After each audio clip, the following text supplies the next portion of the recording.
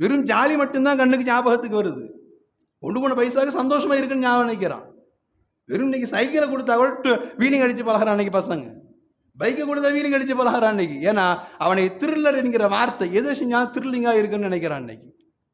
அதனால தான் அடர்ந்த வனப்பகுதிக்குள்ள போய் யாரும் போகாத இடத்துல நான் போய் எடுக்கிறேன்னு போய் கடைசி 4 பேரை ஜனாதா தூக்கிட்டு வரோம்னா, இன்றைய தலைமுறைகளுக்கு மார்க்கம் சொல்லி தருகிறது, நீங்கள் எதை செய்தாலும் அங்கே அல்லாஹ் ரசூலுடைய அனுமதி இங்கே இருக்கிறதா, நம் எதிர்காலத்திற்கு உண்டான பாதுகாப்பு இருக்கிறதா, நம்மை சுற்றி உண்டான அந்த மார்க்கத்தினுடைய சிந்தனை உள்ளவர் இருக்கிறாரா என்பதை யோசியுங்கள் என்பதை மார்க்கம் சொல்லி தருகிற இடத்துல இதுக்கு தான் பயப்படுறது.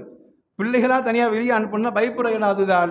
மார்க்கம் சம்பந்தமாய் உண்டான அந்த அறிவு வளர்கிற இடத்தில் பிள்ளைகளிடம் இருக்கிற அந்த பற்றும், பிள்ளைகளிடம் இருக்கிற அந்த ஒரு ஒழுங்கு நேர்த்தியும் வெறும் மார்க்கம் இல்லாத வெறும் கல்வியாய் வருகிற பொழுது, அவர்களிடம் வெறும் ஆடலும் பாடலும் ஜாலியாய் வருகிற பொழுது, பின் விளைவுகளை பற்றி யோசிக்க முடியாத சமுதாயம் மாறுகிற இடத்துல மார்க்கம் கற்றுத் தருகிறது, எதையும் நீங்கள் செய்யுங்கள், ஹலாலை செய்யுங்கள், அதுவும் அந்த அளவுகளுக்குள்ளே இருந்து நீங்கள் செய்யுங்கள் என்பதை தான் குர்ஆன் 4 இடங்களில் சொல்லித் தருகிற அல்லாஹ். சுற்றுலா சொல்லுங்கள் என்று சொல்லித் தருகிற அல்லாஹ் 3 இடங்களில் எச்சரிக்கை செய்கிறான். என்றால் சுற்றுலா என்று வருகிற பொழுது சந்தோஷம் இருக்கத்தான் செய்யும், அந்த சந்தோஷத்தில் உங்களை மறந்து விடாதீர்கள்.